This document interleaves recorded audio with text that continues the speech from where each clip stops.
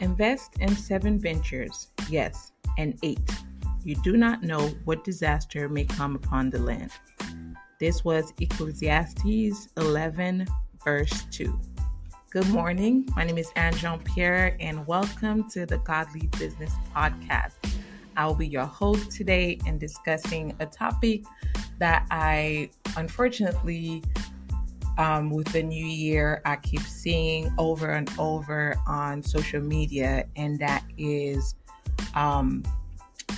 the laying off of multiple people, right? Especially in the tech industry, we started seeing that way before the end of the year, but it's now affecting other industries, and people were getting laid off throughout the holiday. And now that the new year started, even more people are getting laid off.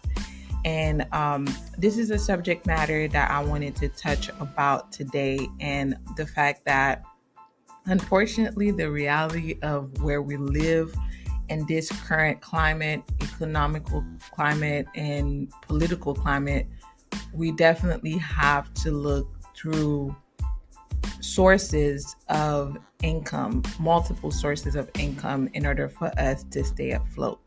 So this verse I thought was a very, fitting to start our discussion around why it's important to have multiple streams of income, period, right? And whether or not, and how, I guess, to think about approaching the different streams of income that you're looking into, possibly venturing into.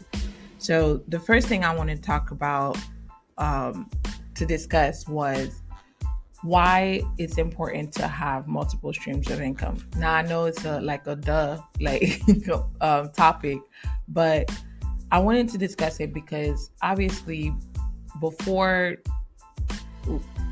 world have had multiple economic flows and booms, right? That's just the natural flow of how the world works in economics. I'm sorry, my accent is now allowing me to say that word right most of the time, so forgive me. But especially after 2008, we have seen this influx, and for those who are in my generation, millennials, unfortunately, this is something that we have to deal with. We have unfortunately dealt these cards that we have to deal with. And so the gig economy, right? The side hustle, the gig economy is flourishing because you have no choice. It's not a matter of whether or not you want to. It's more of a matter that you have to. So I always encourage people, even if you don't know what else to do, there are many options nowadays that will give you the option to work multiple jobs, and also to do little side hustles in order for you to increase your income. Now, I will warn that building a business and having a side hustle are two completely different things, right?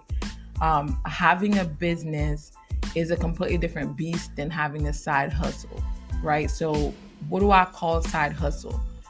Driving Uber or Grubhub, those type of things are side hustles, right? It brings in a little bit of cash. You literally have to be physically present to run that business. And truthfully, you're kind of working for another company as an employee, but you are making your own schedule, if that makes sense, right? So those businesses, you can't really determine your pay, if that makes sense. And they can change the contract agreement anytime they want to, right? So therefore, you are at their mercy. If they decide, okay, you know what, we're going to reduce your take by 10% in order for them to meet their bottom line, right? So let's say, this is just an example, right? I'm not saying this is how it works. Just go along with me here, right? So let's say your side hustle is doing Grubhub delivery. And as part of that, you get to keep 10% or 20% or 50%, whatever it is. But now the company decided, instead of you getting that 50%, now it's going to be 30% because they have to, keep up with their bottom line because of everything affecting the economy and therefore themselves as well. And they're not willing to lose money. So therefore, you are going to be as their employee while you're not laid off, because their business model literally cannot work without you, right? They're going to reduce your cut of the fund. So this is why I want to talk about this, like the difference between having your own business versus a side hustle. So the side hustle is a great way to increase your income. It is a great way to be independent and in a certain aspect and to increase your income, but you are still at the mercy of someone else when it comes to your pay. And unfortunately, I've even heard of stories of people that do delivery services. When you do the tip on the app, when you just give them the tip, they don't get the tip. I've heard so many of that, and that's a whole different subject. That's so unethical, but this is the situation that a lot of people unfortunately have to deal with, right? So side hustle is a great way to boost your income and get extra money. But what I would suggest is finding another way to boost your income and increase your revenue by doing other businesses. Now, I'm sure if you look online, there are multiple videos on how to increase your income and have, multiple streams of income, right? Ubering, those would be another stream of income. But what I would suggest is look into ways of starting new businesses. And some of the ways you could look at starting a business could start off as a side hustle that turns into a business. Meaning what? So I have a former coworker of mine, and she is former because she started a side hustle, right? And the side hustle took off to become a business. And what her side hustle was making treats for birthday parties, right? So she would make treats like little cupcakes, little, I forgot what they call them, but like desserts, right? And they were super cute, delicious, and things like that. So she started it at home, doing this little side hustle for friends and families, and she started getting referrals. And one referral led to another, and the more and more built on to where she couldn't keep up with the demand of her quote unquote side hustle and the demand of working her 9-to-5 job. So therefore, with that, she was able to transition from, doing the 9-to-5 and the side hustle as a part-time, nighttime weekend situation to now leaving her full-time business and going into just doing that, just that. And that's now her business to where to now, I believe it's been like a year or two.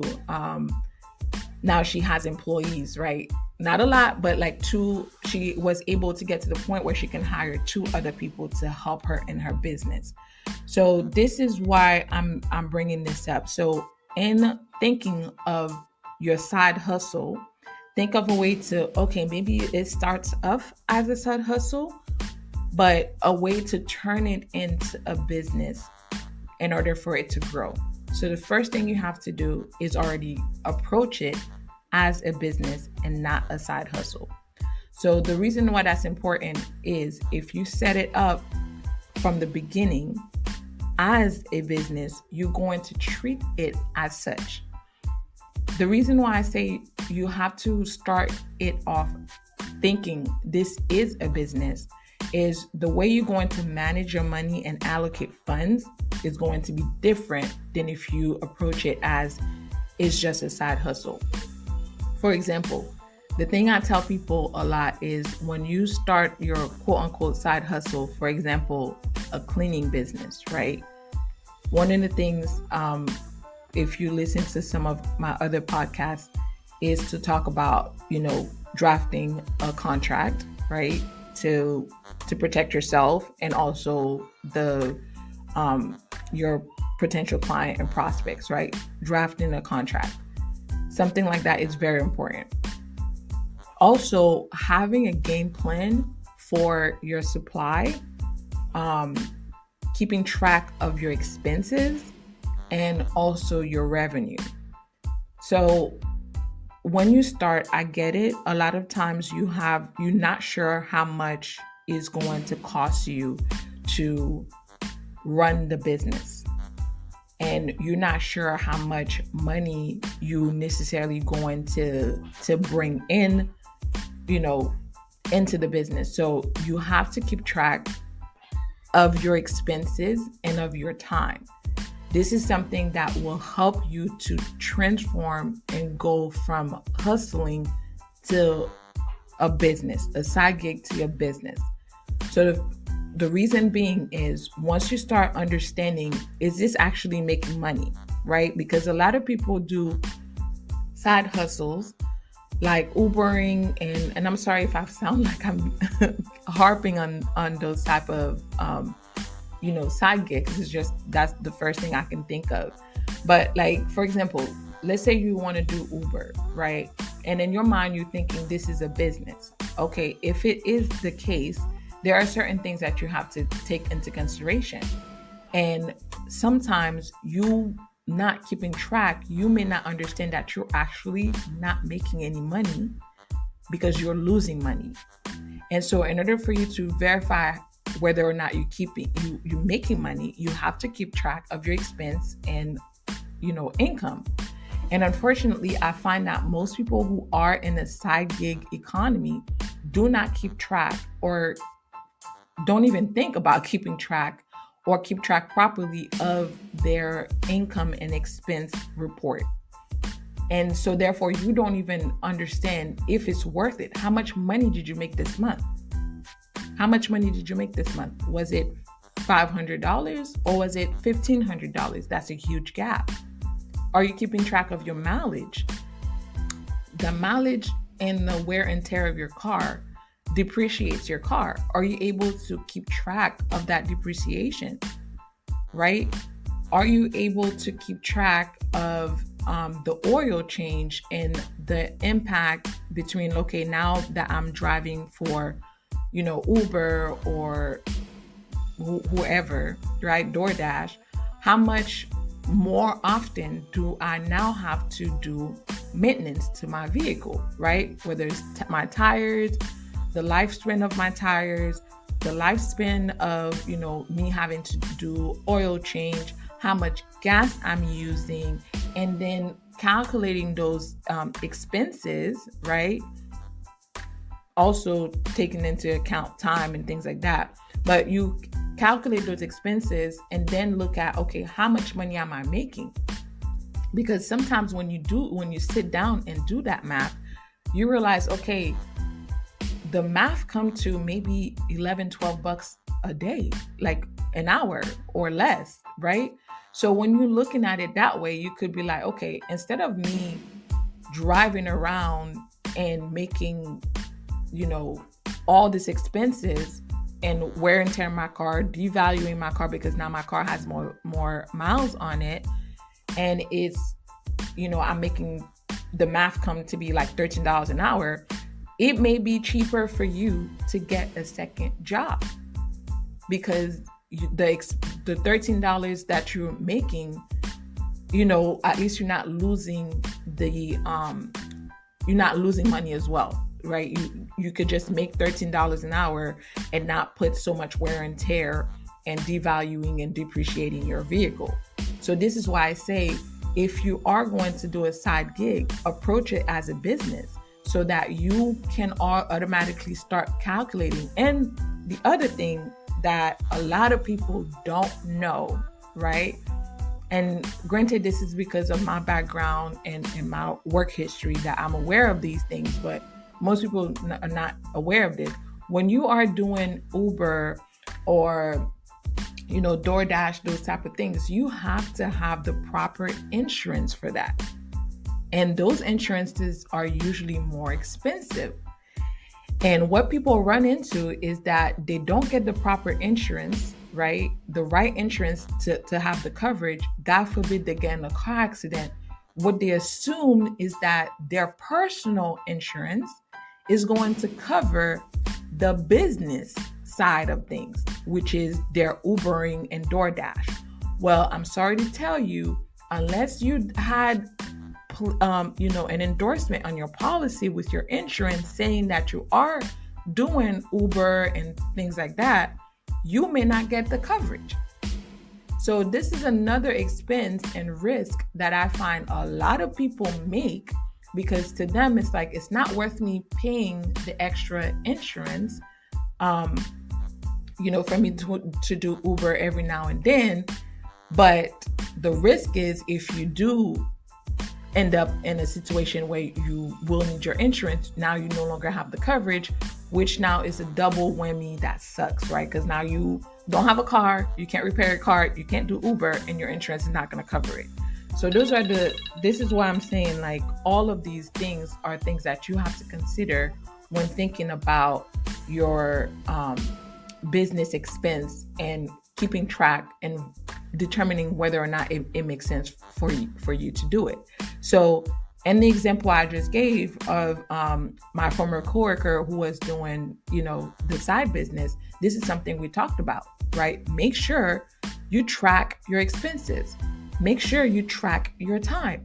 Make sure you find out, okay, how much does this cost, and how much does will it take for me to get XYZ, and how much money I'm making in this venture that I'm doing, and does it make sense?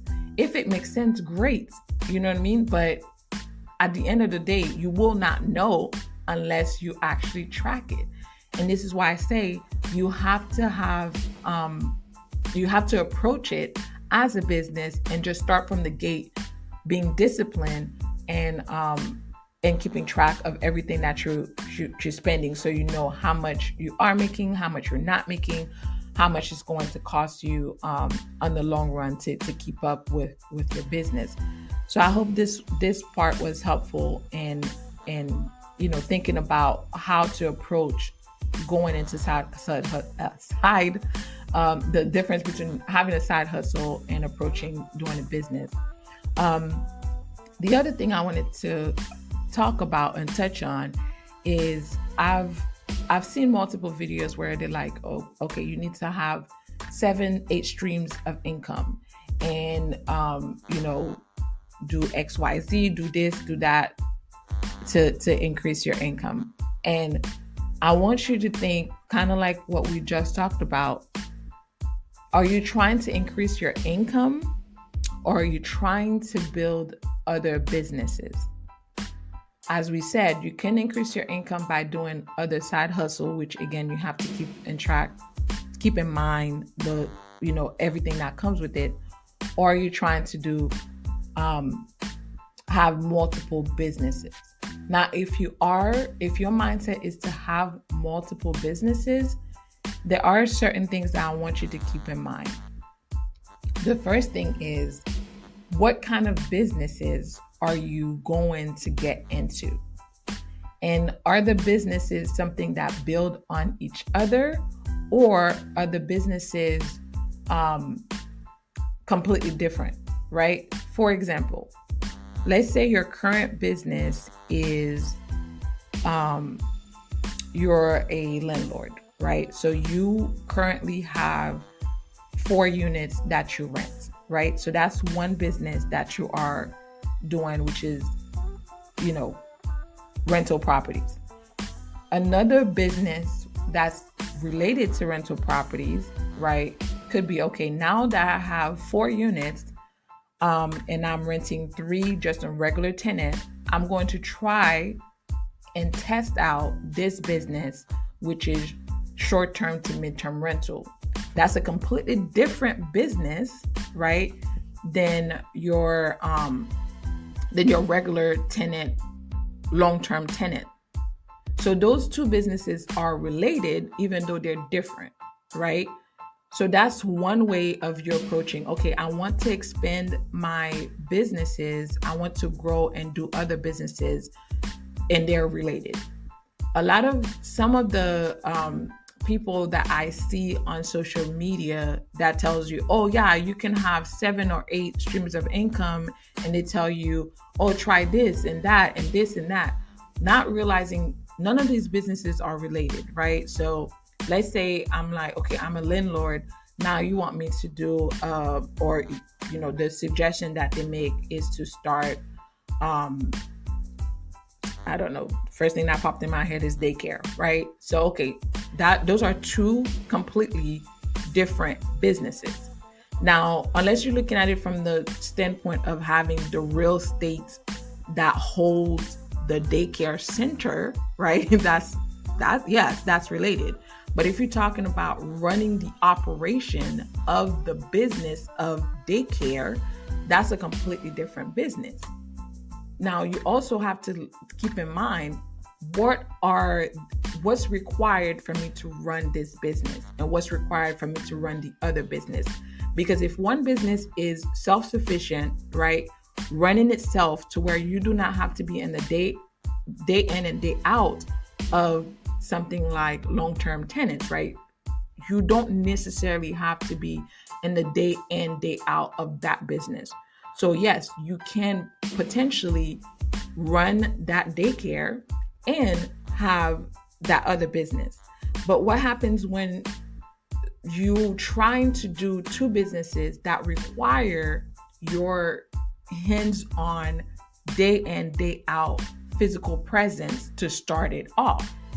I don't think it's wise for you to put that much energy, and this is where you start making mistakes. So now it's one thing if, like, okay, I bought this business, like for example, one of the businesses I'm looking into getting into and purchasing, by the way, if anybody knows laundromats, let me know, is a laundromat, right? Now, this is also a business that somewhat is passive as well, right? And especially if you can hire someone to run, hire someone to be in the facility itself, that you do not have to be in it every single day type thing, right? So it's one thing if you already have a business that you purchase and that business is already on like a plug and play situation, right? So that business is giving you the income that you need, and it's a plug and play, and you're set. You don't have to do a lot of everyday being there, and it's already something that's already, even though it's new for you, you don't necessarily have to be there. But if it's a business that you have to start, grow, I would suggest letting that business grow to the point where you can replace yourself, or once you get to the point where you can start replacing yourself, in order for you to start and purchase the second business or start the second business. Now, this is where I would suggest and to have the conversation about when you are thinking of the businesses that you want to venture into, what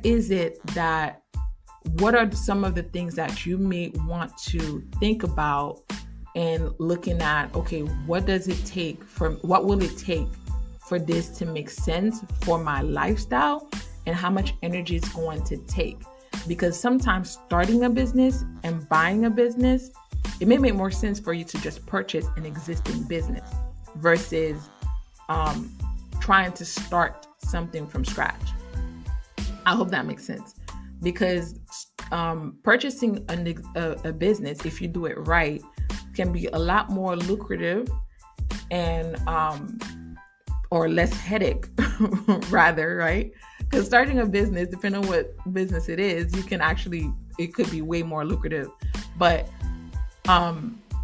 for what we're discussing, when you want to have another stream of income and you want it to be a business, it may be easier for you to purchase an existing business than you having to start your own business, especially if you do the math and realizing, hey, my startup cost for this new business is going to be about as much or a little less than if I just pick up a business that's already existing, already has established customers, already have a reputation, already have the equipment and all of those things that I don't have to go back and try to do myself from scratch.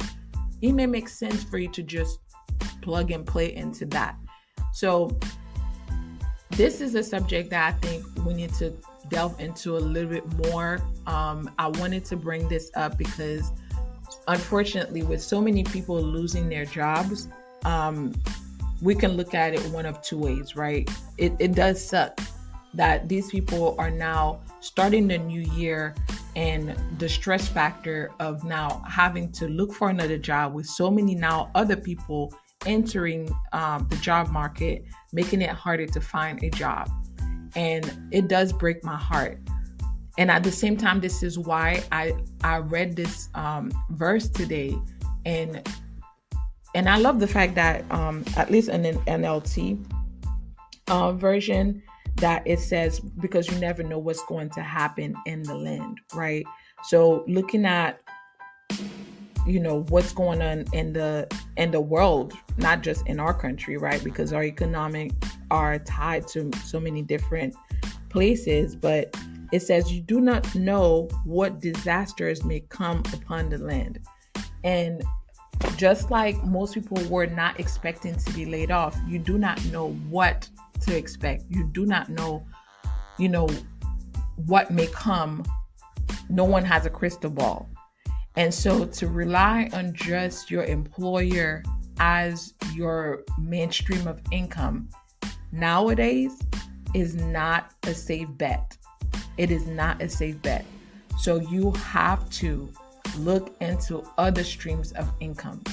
It's a must, right? It's not even whether or not you want to. It's a matter of you have to at this point. So in this subject, which I will talk more about in the next coming episode, is thinking about what it is that you have, what mindset you have to have, and how you can go into building other streams of income, building other businesses that will help support you, even if you still have your 9-to-5 job, right? Even if you still have your 9-to-5 job, but at least now you can look into, hey, you know what? I have another business that if I lose my 9-to-5, that's not my end all be all. And I don't have to necessarily go into side hustle and gig economy to make money that I may not even be making as much as you think you're making. So I hope this was helpful. I hope this made sense. I know I was kind of going on a tangent here, but I hope this makes sense. And I hope this encourages you in thinking of, hey, you know what? It's time. 2024 is here.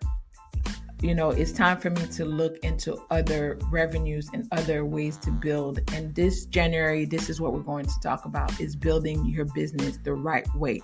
So thank you so much for taking the time to listen to me. Thank you for taking the time to be with me in this journey and this new podcast. I hope that you are blessed. Happy New Year. And I hope nothing but success, health, and prosperity for you. May God bless you and keep listening to his wisdom as he will instruct you and direct you in the way that you should go. Thank you so much. And you guys have a blessed day. We will talk next week.